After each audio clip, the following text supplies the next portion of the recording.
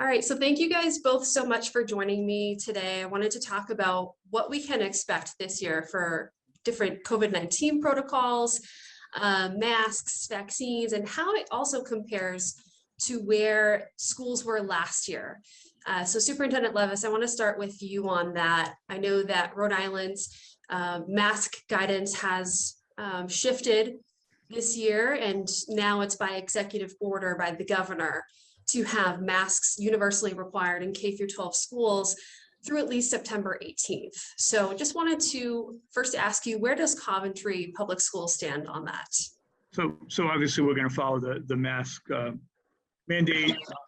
We actually, the school committee actually supported the administration to put out an administrative directive around wearing masks prior to that. The day we had a school committee meeting that night, but at 2 o'clock that afternoon, the governor came out. And my plan is to look at masking the requirements on an ongoing basis, at least month by month. So if the executive order, we still need to look at, how are we going to handle this in Coventry? It's in all of our facilities. I just sent an email out this morning we weren't sure if it meant like after school meetings or public meetings, but it's for anybody coming into our facility 2 years old, 2 years old or above, whether we are going to require masks. So, we've been through this before. People don't like it. I don't like masks, but it isn't going to be forever. We're hoping in a couple of months that we'll be able to pull this back and get back to what we all want to get back to in terms of, seeing one another's face and, keeping the focus on not just on health and safety, which is our priority, but into the teaching and learning is so needed. And so Superintendent Anderson, I know that kind of month by month way to look at it, how Superintendent Levis was talking about, is something I heard in one of the school committee meetings recently before DESE was set to announce that they would be having universal masking as well. So that announcement is supposed to come down today by the commissioner.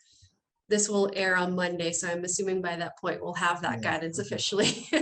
So just talk about it, what New Bedford will be doing specifically. And there are some things I think just in thought that Superintendent Levis mentioned in terms of how you look at it, whether it's month to month. And I had just gotten off of right before we hopped on here, we have these city COVID calls that we have probably about 3 to 5 per week. And so this has been going on for just well over a year at this point. There weren't always 5, but we'll do them. So this one will focus on vaccinations and thinking about, the commissioner's metric of 80%. So we'll be discussing what that looks like, for New Bedford. We had school committee meeting last, a couple weeks ago at this point, and the mask mandate had already been in place. And so what I was looking, because at that time when we started reviewing the policy in May, it was, things were much different, and we had expected to be a lot different going into the fall. So it pretty much stays in place, and it's in just like that. It's in all of our facilities. Actually, today is our first day. When I put it out last week to let everyone know, today is the first day that's fully implemented because we have 2 schools that started school today. So we have 2 extended year built. We have 3. The third one starts tomorrow. So we needed to make sure that we're on top of that piece in terms of communicating it out and putting it out there. So with the DESE commissioner, Commissioner Riley, we knew the board voted yesterday. And so we're just waiting now. I believe we're going to have a meeting with superintendents today at some point or tomorrow. I'm not sure, but we're just looking for, some clarity from them in terms of how that's going to work. And one other piece, I'm also on the MIA board. And so we're going to be having those discussions as well. But I think something came out from the director to say basically indoors, everyone's wearing masks. So that's kind of where we are with it right now. And what about in Coventry schools for indoor sports or outdoor sports? Do you have a decision on that yet? I think the Interscholastic League, the Rhode Island Interscholastic League, put out protocols. And again, with this executive order, everybody inside is going to have to wear a mask. So I believe outdoors that, their mask recess are not going to be required. But I think there's also a lot of precautions we have to put in place. High school and middle school students have had the opportunity to be vaccinated, but we don't know who has been vaccinated or who has not been vaccinated. So, our plan is to, if we get into a quarantine situation, knowing that vaccinated individuals don't have to quarantine, we'll ask people to, they either quarantine or we'll ask them to show us. That way it's their choice. We're not forcing people to identify themselves as being vaccinated. I think we'll handle that the same way throughout our schools. So speaking of vaccinations, when it comes to those numbers of the eligible student population, we know that they're only approved or authorized for 12 and up right now. Can you break down how many of the eligible student population and teacher population are vaccinated in your districts? And Superintendent Anderson, will go with you first. Okay. I don't have the exact number in hand. So that's one thing we're doing right now. Since it's voluntary, we know that it's a little higher than the number that's been that I've heard that's been reported, because when you talk to principals and they have conversations with staff, people will share that they have been vaccinated. But what we're trying to do is, there's a lot of anxiety that goes around it, and trying to make sure they're aware that this is not for public consumption in terms of putting your name out there. We're just trying to get accurate information. I think more of that will come now that there was that metric to say, whether it's 80% staff, students combined. I think we'll get from our human capital office, they'll be sharing more of that information to know. And then for students, working with the city, the health department, because we support a lot of the clinics that are done. We're not conducting them. They'll be done at schools, but we're still not getting the information firsthand. So we're working with the health department and communicating with parents, translating it into all the multiple languages, so they're aware that they can share this information. So that's the push right now, just to get that level of comfort to be able to share and understand that it is confidential information that's specific to the individual. And one quick follow-up on that, you have mentioned the 80%. Is that threshold, that's based on the guidance that will be coming down about universal masking being able to end if schools reach that 80% mark? Is that correct? Yeah, that's what we've heard in terms of what the commissioners put out. So an 80% metric, and it gives something that people can, you have a metric, because at one point it's, well, what are we measuring it by? What's the vaccination rate? So at least they put something out. And I think Massachusetts has done a really good job over the course of this time, just in terms of with the public health officials and people putting information out. And so I think we've been fully engaged in those discussions throughout. So we've been pretty much aware of what's going on. And then what about in Coventry? So we've supported the local EMA with holding clinics as soon as the vaccine was available, and we were able to host clinics for our staff. Then when it, as the age requirement lowered, we were able to hold clinics. We held a clinic the other day, a vaccination clinic. We had about 62 individuals come in, from ages 12 up, and one individual had just turned 12 that day. And we'll continue to hold clinics. We believe, I shouldn't say we, I believe that vaccinations is the key factor in this and getting more people vaccinated. But like Superintendent Anderson said, we don't have hard numbers in terms of who's been vaccinated. And we just had a meeting today with our nurses in terms of, when a quarantine is a possibility, someone has a close contact, instead of saying, are you vaccinated, we're going to let, people have the option. That way they're telling us, because obviously how we handle vaccinated individuals and how the Department of Health handles is completely different than unvaccinated individuals. So I don't know. I feel that a high percentage of our staff are vaccinated. I don't have an idea. I can look at the state statistics, but in terms of Coventry, how many 12-year-old and 12 years and older students are vaccinated, I don't have hard numbers on that. But we want to continue. We're going to continue to provide those opportunities for vaccination, and our town officials have been phenomenal in supporting us with that. Right. And what it's interesting because you talk about the vaccinations. When I look at our overall staff, and sometimes you skim information, we have several people who live in Rhode Island. So it'd be interesting. It would be funny that Rhode Island might be credited for the vaccinations, but they're working here. So that's another kind of thing that's thrown in that makes it a little bit complicated to figure out exactly, who they're sharing it with and how we can get it. Correct. Right. Now I know that given those things in mind, masks, vaccines, What are the plans in place for distancing this year? Is it going to look the same as it did back when the pandemic first started and kids went back to school this spring? Is there going to be 6 foot between desks? Are they going to have plexiglass? What are classrooms, cafeterias, gyms going to look like? And Superintendent Levis, we can start with you.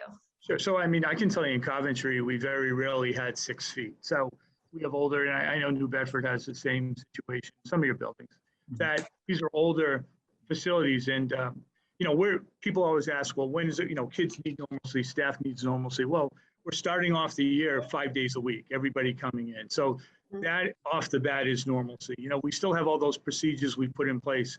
We hired, I think, 8 or 9 additional custodians to provide the sanitation, disinfecting.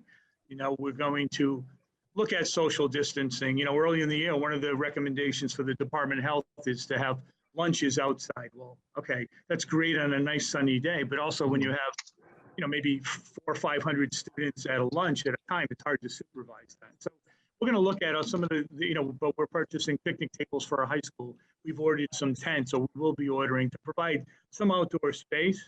But we've never had the 6 feet. We're lucky to have 3 feet, and that's a thing. That's why they always talk about this layering effect. And so that's what we're going to continue this year. And I think, we'll have to monitor that. Obviously, we're dealing with a different variant than we did last year. And in Massachusetts, DESE says that physical distancing is not required, but encouraged when feasible. So what is New Bedford doing with that? So we did work it out last year because we were in a hybrid situation, but we had about 1,000 students that were in 5 days a week. Some of our students with English language learners, special needs, and some others, but they were in at the 6 feet.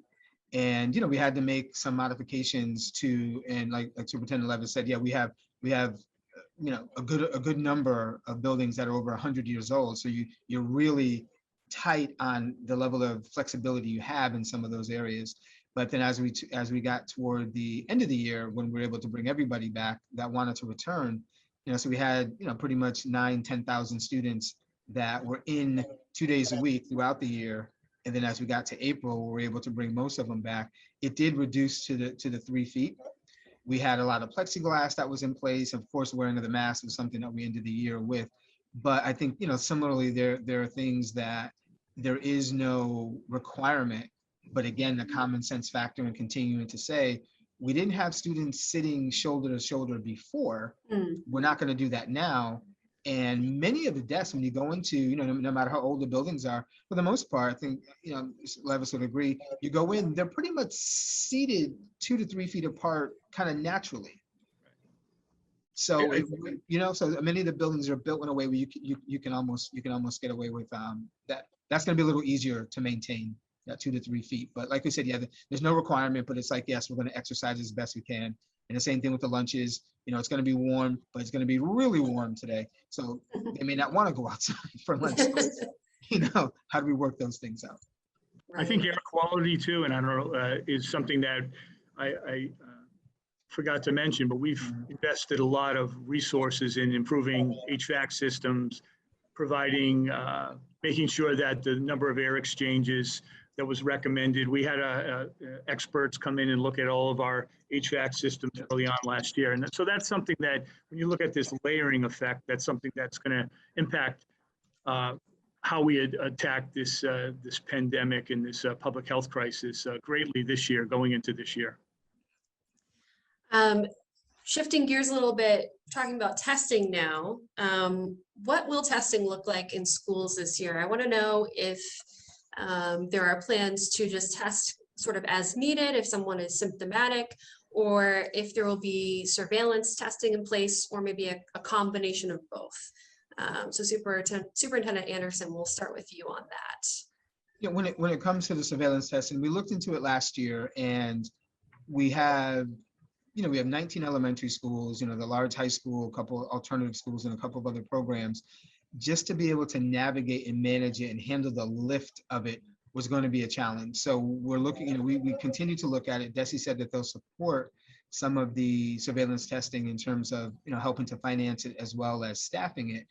So right now we're, filling out our application and kind of seeing how is it going to, how is that going to work for us? Do we have, what makes sense? And we know that, yeah, surveillance testing, whether it's going to be pool testing or, so, there are a lot of good ideas around it. There are a lot of good thoughts. We're just trying to figure out what's going to be the best case for us in terms of how do you manage it and what's going to be the, I was, the kind of the return on the time and energy that you have to spend doing it. Can we get the same information by the systems that we already have in place with the contact tracing and checking symptoms every day and doing some of those things? So right now, that again, the Department of Education has put some things out, so we're kind of investigating to see what they have, and we'll make a decision in the next coming weeks. There's also something called Test and Stay. That's a program where, if I'm understanding it correctly, asymptomatic people maybe in an outbreak, they can get tested at school and stay in school while they await their results. Is that right? Yes. Okay. That's the main one we're looking into, because the objective is, we want to be able to keep as many students in school as possible, or staff, people, period, including staff. So that is the one that we're looking into, that they're putting out now, to see how that can work for us. And it's essentially, if someone needed a test during the day, would they be able to get that at the nurse's office, or would they maybe have to go to some sort of city site? Do you know yet? No, right now they won't be able to get it at school. So as we work out what that test and stay program could look like, and again, we work with our city officials so much that they would be able to do it, but we pretty much wouldn't house the tests at the building. We'd work with the city's health department to be able to support that. Okay. I know in Rhode Island there are dedicated K through 12 testing locations. What is the situation in Coventry? Where's the closest place kids or staff could get tested? And are you also looking into surveillance testing as well? Right, so we offered testing last year. We offered Binax Now rapid testing. We didn't have a high percentage of individuals in our buildings take advantage of that. We recently submitted a testing plan. The Department of Health had put out funding for schools through what's called an ELC grant, and it was based on per pupil. So we've put together a plan that would allow us to have a testing team that would rotate and be able to do asymptomatic and symptomatic testing. And the asymptomatic is more pool testing using a PCR, where the symptomatic testing could be a combination of a rapid test and the PCR test. So we've just submitted that. So ideally, we'll be able to offer the testing for our families. Again, it's their choice if they choose to go to one of the state testing sites. Rhode Island has them all around. There's some in Stop and Shops, CVS parking lots. There's the Wickford train station we have that is a drive-through. So there's many opportunities for families. We wanted to give them the opportunity to get the test done, even a PCR test done within our district. It may not be at every school, but we may, if a parent's picking up a child that's possibly positive, they could easily just drive to one of our schools where we could come out and test them. So we want to provide those opportunities to our families. And, I think we really all have to see how this unfolds as we go back into school, getting kids back into school, again, layering out, providing as many opportunities as we can for vaccination clinics, see how we're going to handle it now that it's been fully approved. We haven't decided if we're going to do anything in terms of our staff. So these are all, it's kind of, for us, it's next week, that's crunch time, or this is showing Monday. So it'll be this week, and have to see how it plays out. But I think we're ready in terms of the precautions we can take.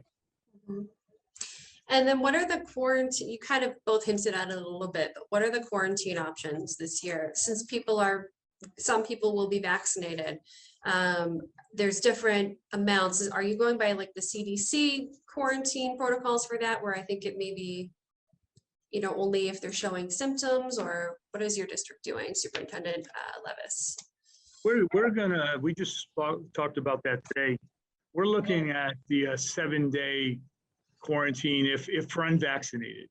So if somebody's unvaccinated, they were close contact, we're looking at 7 days, get tested on day 5 and they can come back on 8th day. You know, last year we started off with 14, then we did a hard 10 days, and then there was, you know, many districts changed in terms of the, you know, because there were multiple options. This year, I think that was what was recommended to us from the Department of Health, and that's what we're looking at. Obviously, that's for unvaccinated. So.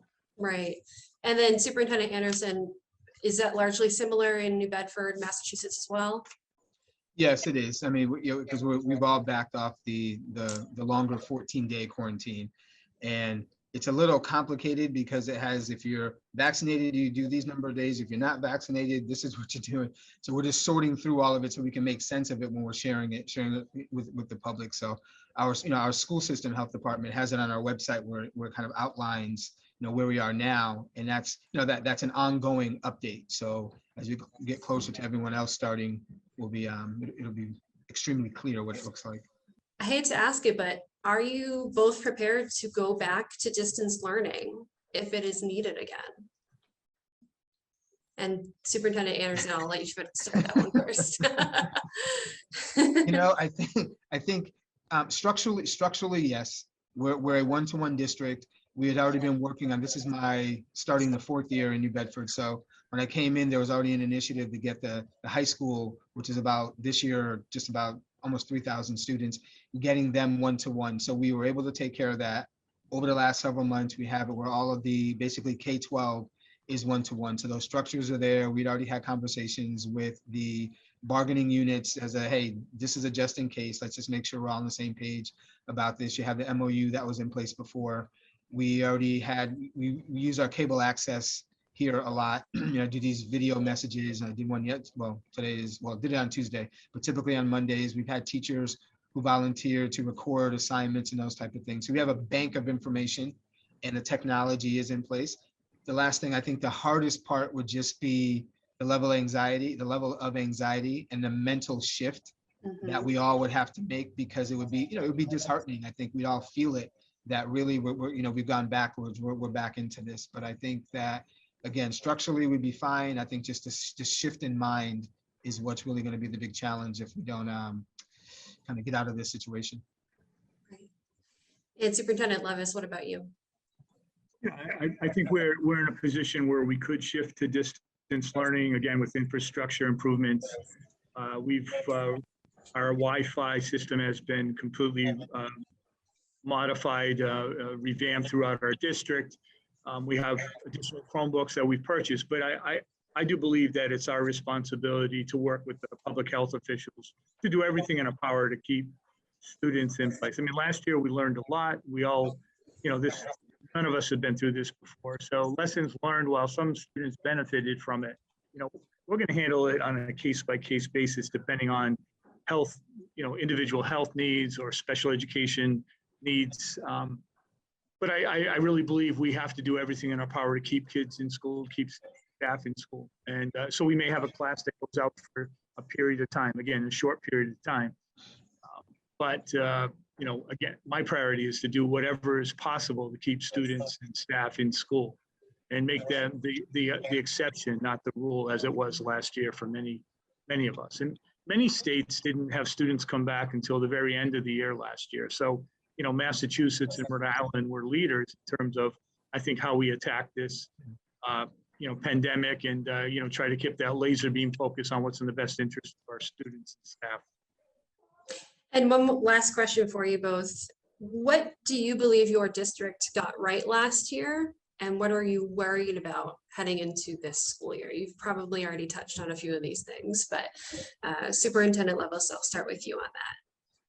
You know what, I mean, this may sound corny, but I think that we demonstrated that we just don't like our kids, that we love our kids and our families.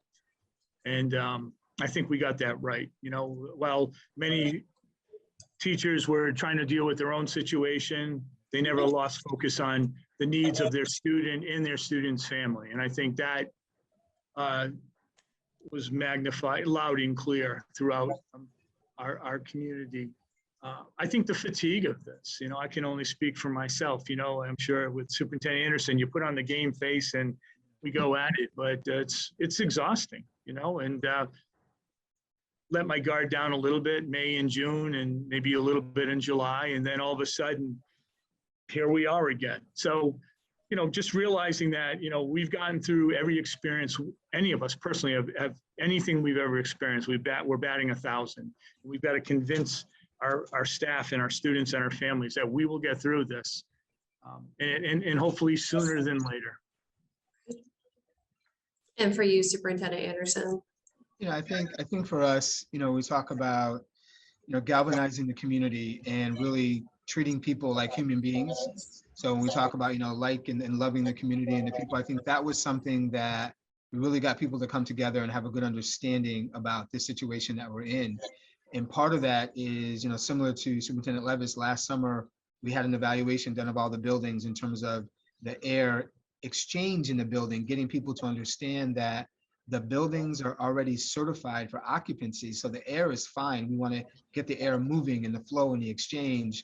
We have almost 1,000 air exchange units in our building. So I think building on some of those things from last year and the level of communicating in terms of, we have multiple languages, like I'm sure, like most districts, but really putting forth an effort to ensure that the message is being received, taking advantage of the different, like I said, cable access and our family center, just taking advantage, we created a family support line, but then we created a line that was just for technology questions, and we did some other things. So I think continuing those things, and we continue to acknowledge any of the shortcomings along the way, and we just kept working at it to improve, like Superintendent Levis said, let our guards down a little bit, but continuing to reach out and be honest with people, be transparent, say, yes, we can do that piece better, and just continuing to demonstrate that we're all in this together. So I think that's, it's a huge thing. Of course, none of us know that, there was nothing that was perfect. And there are plenty of things, because people tell us as a superintendent, there's always stuff you can get better. You should have been doing this differently. But I think just being willing to listen and kind of collaborate and come together. And I think just one other point, being able to have this dialogue now with the superintendent, from Coventry on here, shows, there's a lot more things that are connected. I mean, I have friends, and I moved here from Maryland, so I have friends that are superintendents that, in those districts there, and then teaching still, and you just get together as a profession and really see how, celebrate the things that are working and continuing to build on that, recognizing that, it is all about people. Thanks for the opportunity. Superintendent Anderson, it's been a pleasure dialoguing with you, and hopefully we can meet in person soon. Yeah, that'd be great. And same here. Definitely appreciate the opportunity to share.